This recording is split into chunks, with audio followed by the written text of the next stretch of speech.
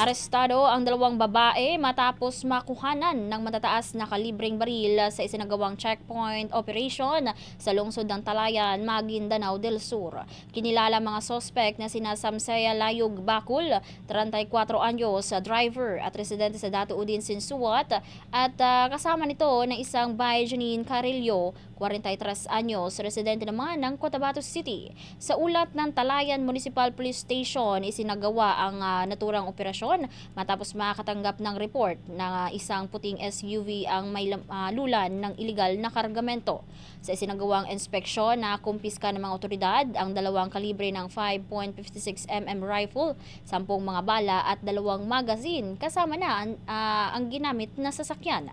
Sa kasalukuyan, kulong na ang mga sospek at haharap sa kasong paglabag sa Republic Act 10591 o Comprehensive Firearms and Ammunition Regulation Act.